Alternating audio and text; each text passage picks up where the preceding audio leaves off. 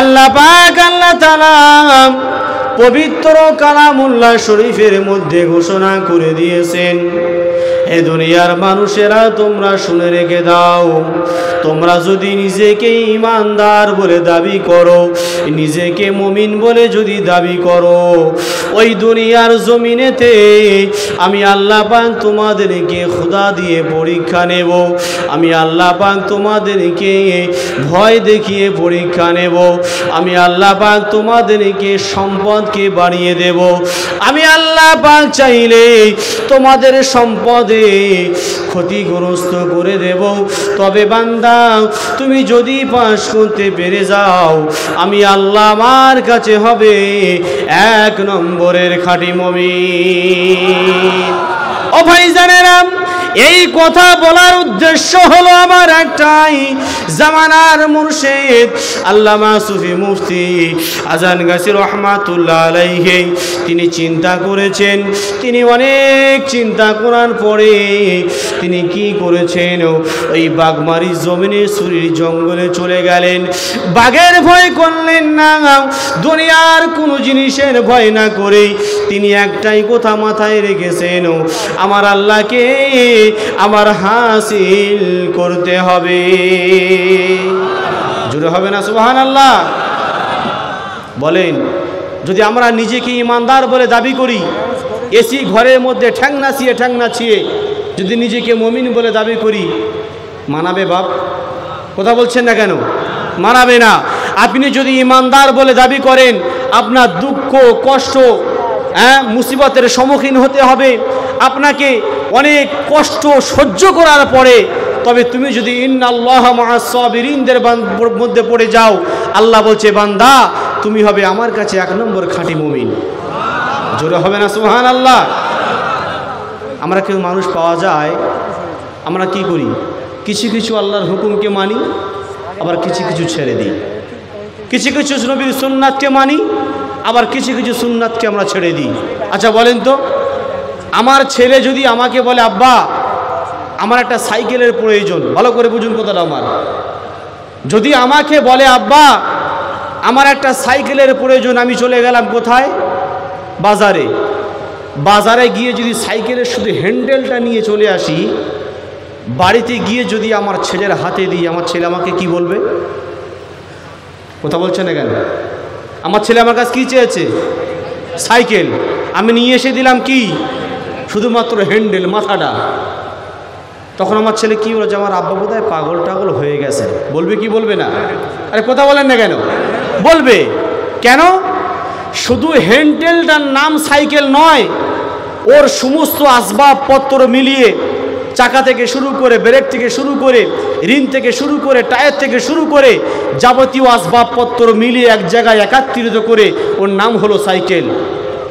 তাহলে আপনি যদি মনে করেন আমি মুমিন হব, কিছু কিছু আল্লাহর হুকুমকে মানবেন আর কিছু কিছু আল্লাহর হুকুমকে ছেড়ে দেবেন, আপনি কিন্তু পরিপূর্ণ মুমিন হতে পারবেন না।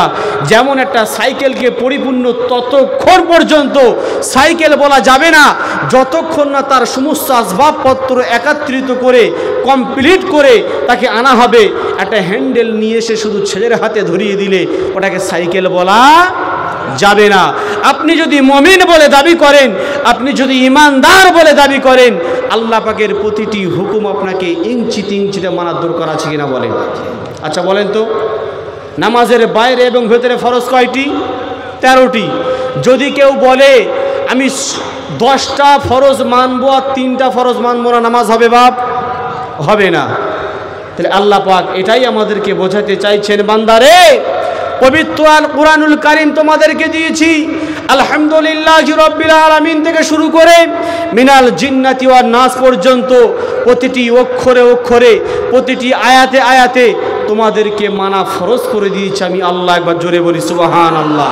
তবে একটা কথা মাথায় রাখতে হবে আমাদেরকে, যে কিছু কিছু কোরআনের আইনকে মানবো আর কিছু কিছু কোরআনের আইনকে মানবো না, এর নাম কিন্তু মুমিন নয়।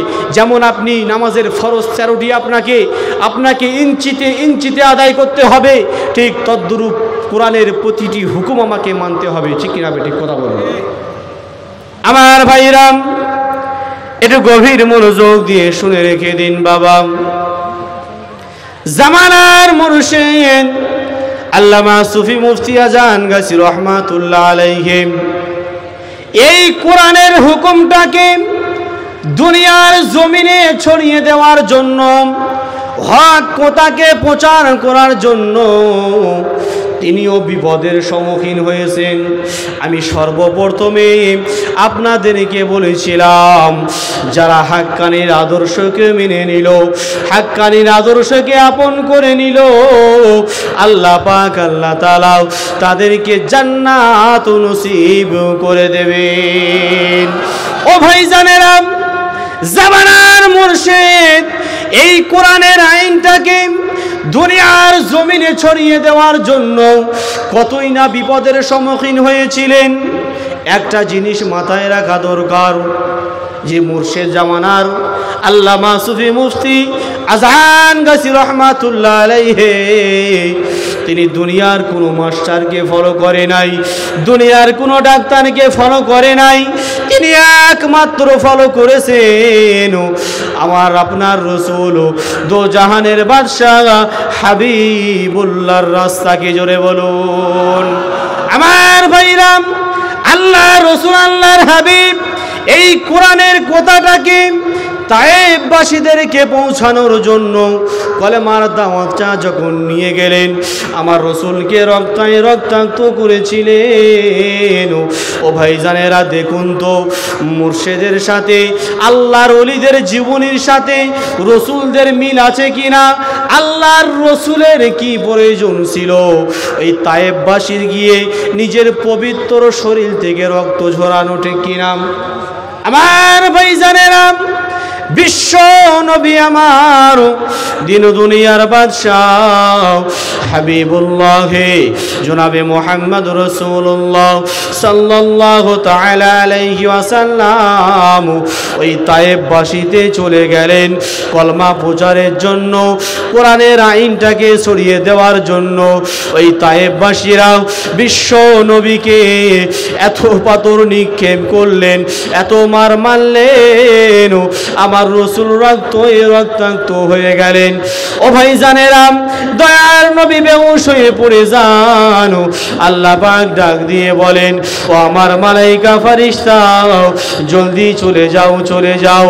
কেন যে রসুলকে আমি আল্লাহ পাক দুনিয়ার জমিনে যদি না পাঠাইতাম, আমি আল্লাহ পাক দুনিয়ার জমিনেতে একটি তরুলতা সৃষ্টি করতাম না। আজকে দুনিয়ার জমিনেতে তাকিয়ে দেখো, আমার রসুলকে রক্তায় রক্তাক্ত করেছেন, আমি আল্লাহর সহ্য করতে পারি না। চলে যাও, চলে যাও, আমার রসুলের গিয়ে একটু সেবা যত্ন নাও। আমার রসুল যে হুকুমটা তোমাদেরকে করবে, ওই হুকুম মোতাবিক তোমরা কাজ করবে। ও ভাইজানেরাও, একটু গভীর মনোযোগ দিয়ে শুনে রেখে দিন। আল্লাহ রসুলের কাছে এসে হাজির, আল্লাহ রসুলের সেবা যত্ন নিলেন। হুশটা যখন ফিরে এলেন, আসসালাতু আলাইকা ইয়া রাসূলুল্লাহ, আসসালাতু আলাইকা ইয়া হাবিবাল্লাহ। হুজুর, এই মুহূর্তে আপনি যদি আমাদেরকে অর্ডার করে দেন, আপনি যদি আমাদেরকে হুকুম দেন, তাহলে ওই তায়েববাসীদের ওই দুই দিকের দুটো পাহাড় একজিষ্ট করে ওদেরকে নাস্তানাবুদ করে দেব। আমার আপনার রসুল বলেছিলেন, ও আল্লাহ পাকের ফারিস্তা না, আল্লাহ পাক আমাকে দুনিয়াতে বদলা নেওয়ার জন্য পাঠায়নি। জোরে বলুন, আর একটু জোরে বলুন। হয়তো ওরা ভুল করেছে, কিন্তু ওদের বংশধর এমন একটা সময় আসবে আমার কলমা পড়ে মুসলমান হয়ে যাবে। জোরে বলুন আমার ভাইজানেরা, এই কথাটা বলার উদ্দেশ্য হলো এটাই, জাল্লার ওলিদের জীবনীর সাথে রসুলদের জীবনের মিল আছে কিনা দেখেন। আল্লাহর রসুল যেমন এই কোরআনের আইনটাকে দুনিয়ার জমিনে ছড়িয়ে দেওয়ার জন্য রক্তায় রক্তাক্ত হয়েছিলেন, আমার আপনার মুর্শিদ হযরতে মাওলানা শাহ সুফি মুফতি আজান গাছি রহমাতুল্লাহ আলাইহি তিনিও কোরআনের আইনটা দুনিয়াতে ছড়িয়ে দেওয়ার জন্য তিনিও রক্তাক্ত হয়েছেন। সুদের বিরুদ্ধে যখন বয়ান করা শুরু করে দিলেন, আমার ভাইরা সুদখোর যারা ছিল, জ্বালা শুরু হয়ে গেল, ঠিক কি না? জ্বালা শুরু হয়ে গেল যে ফকির বাবাই দরবেশ যা করতে লেগেছে, যা শুরু করে দিয়েছে, আমাদের ব্যবসা, আমাদের পকেট সব কিছু বন্ধ হয়ে যাবে। অতএব এই ফকির বাবাকে দুনিয়ায় আর বাঁচিয়ে রাখা যাবে না। আমার ভাইরা এটা ভালো করে খেয়াল করুন।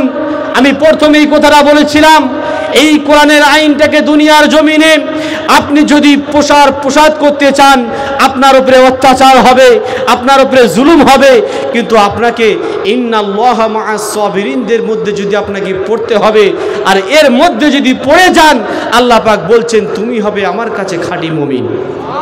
জোর হবে না সুবহানাল্লাহ? জামানার মুর্শিদ যখন সুদের বিরুদ্ধে বয়ান করতে শুরু করে দিল, যারা সুদ গ্রহণ করে, সুদ খায়, গায়ে ফসকা পড়া শুরু হয়ে গেল যে এই ফকির বাবাকে আর বাঁচিয়ে রাখা যাবে না।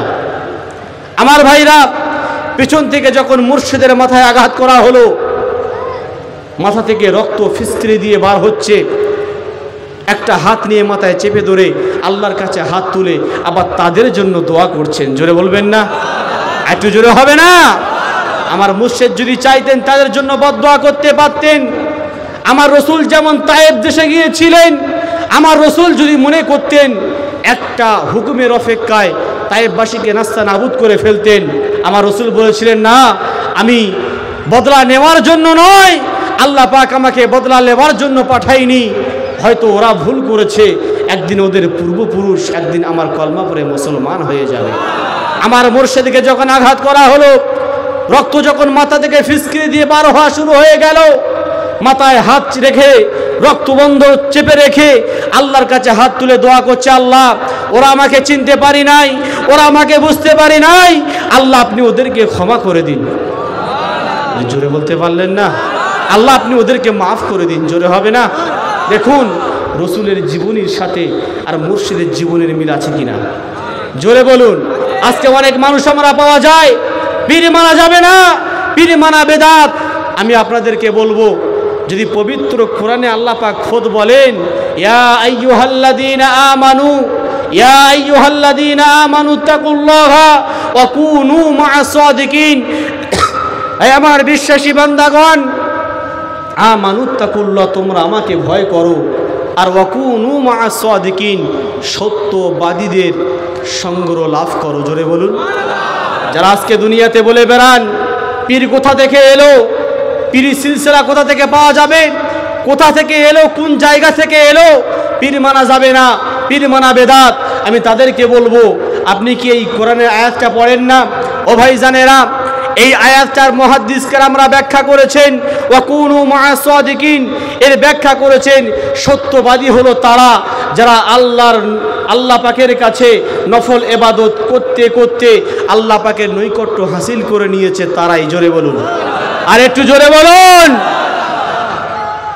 শুধু তাই নয়, আল্লাহ পাক বলছেন, আমার ওই বান্দা যখন আমার কাছে যেটাই চায় আমি আল্লাহ সেটাই পূরণ করে থাকি। জোরে বলুন, আর একটু জোরে বলুন।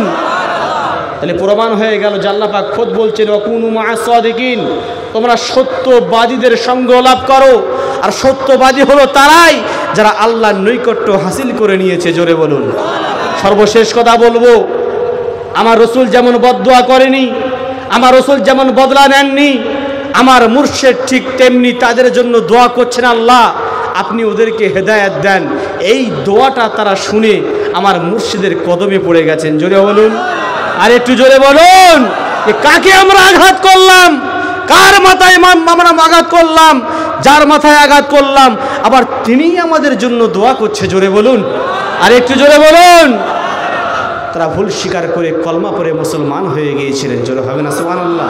আমি আপনাদেরকে বলবো, বিভ্রান্ত হবেন না, গুজবে কান দেবেন না। যে পীর আমরা পেয়েছি, যে মুর্শিদ আমরা ধরেছি, আমাদের যে রাস্তারা দেখাচ্ছেন, বিনা কাজায় 5 ওয়াক্ত নামাজ, কোরআন তেলাওয়াত, হালাল রুজি, তাকওয়া, ইনশাআল্লাহ বিশ্বের প্রতিটি মানুষ যদি এই 4টে স্কিমটাকে মেনে নেয়, ইনশাআল্লাহ এই মানুষটা মরতে দেরি হবে। আল্লাহ পাক বলছেন তার কবরটা জান্নাত বানাতে আমি দেরি করব না। জোরে বলুন, আর একটু জোরে বলুন। আল্লাহ পাক আমাদের প্রত্যেককেই বিনা কাজায় 5 ওয়াক্ত নামাজ, কোরআন তেলাওয়াত, হালাল রুজি এবং তাকওয়া আমরা সকলে মেনে যেন দুনিয়ার জমিনে চলতে পারি। আল্লাহ পাক আমাদের সকলকে তৌফিক দান করেন। সকলে বলি আল্লাহুম্মা আমিন। ওয়া আখিরু দাওয়ানা আনিল হামদুলিল্লাহি রাব্বিল আলামিন। একবার দরুদ শরীফ পড়ি।